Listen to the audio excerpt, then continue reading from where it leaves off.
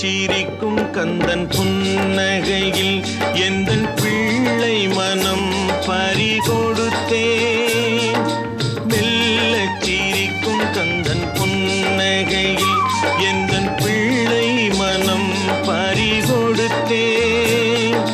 அள்ளி கொடுப்பதில் வள்ளலவன் கவிகளாயிரம் பாட வைத்து கேட்பதில் ரசிகன்.